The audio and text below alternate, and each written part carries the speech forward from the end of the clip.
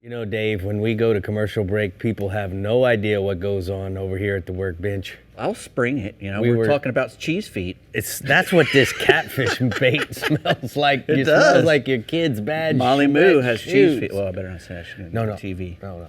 All right, so we're talking about catfish. I love the fact that... well, they just had, catfish are great because, it's great for the whole family to go catch them. They're good to eat, you can catch a few of them and eat them if you want. The kids love to catch them. They're fairly easy to catch. They like to eat, so once you find them, you can really get into them. Just recently, though, since we were on the air last in September, they passed some new laws.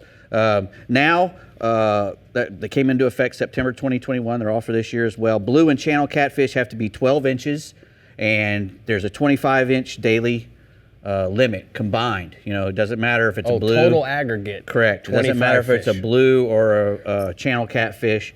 It's 25 of them.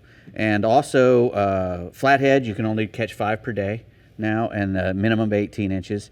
And for the blues and the channels, no more than 10 of those can be over 20 inches of the 24, and only 1 over 30 inches. Oh, nice. So they're trying to let them get bigger. So you don't go out there and just slam all the little ones, Right. You can get a few and you get some bigger ones. There's 10 species of catfish in Texas, but there's really only 3 that you're really So how are we going to catch them once we...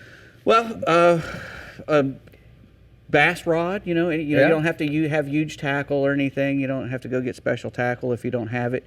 But a good spinning reel or even a good bait caster with 20-pound test line, find a good hole. Now in the springtime, once that water gets about 75 degrees, the catfish will start coming up into the shallow water, so you can get on docks and around, some nice rivers, where there's some clean flowing water over some sand.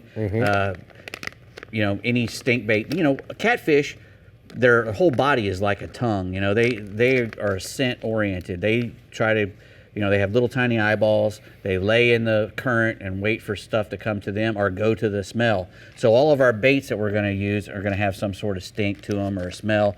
The best bait of all for all catfish probably is a shad, a fresh shad. I just got some of these because, I can show you what a shad looks like. But a fresh dead shad is probably better than an old dead shad. Now, do they cut that shad, cut it in half, depending cut a piece of the body off? on the size of the catfish that you're fishing for? If you're in a place where there's a bunch of big ones, you can use a whole one. You can slice them up a little bit, to put more scent in the water, but a whole one is just as good. A big bluegill cut in half is a really good bait for all catfish. It doesn't have to be a stink bait or anything if you don't want to. Now, why do we have curly wires on these? Well, that's because if you're using that stink bait, the cheese bait, or some of that super sticky stuff, you're gonna make me put that in there, aren't you?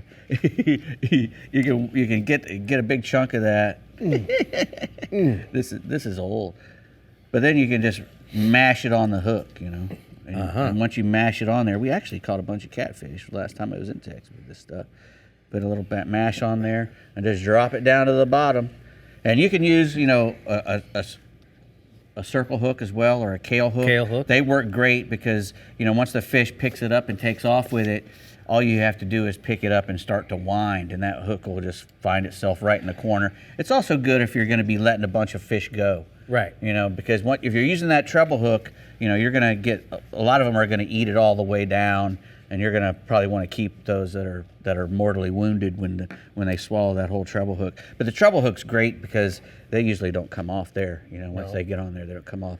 Any of these baits are good, the pre-molded kind. And you can also, a really good trick is to go and bait your holes with some sour corn. Get some corn and put it in a 5-gallon bucket and let it get sour with some water, or get some range cubes and find a deep hole in the curve of a river or someplace and throw you a half a pound or a pound of range cubes in there. They're protein bars that they feed cows, and the catfish will come and congregate in those holes for a couple of days, and you can go right back there and drop this stink bait down and tear them up.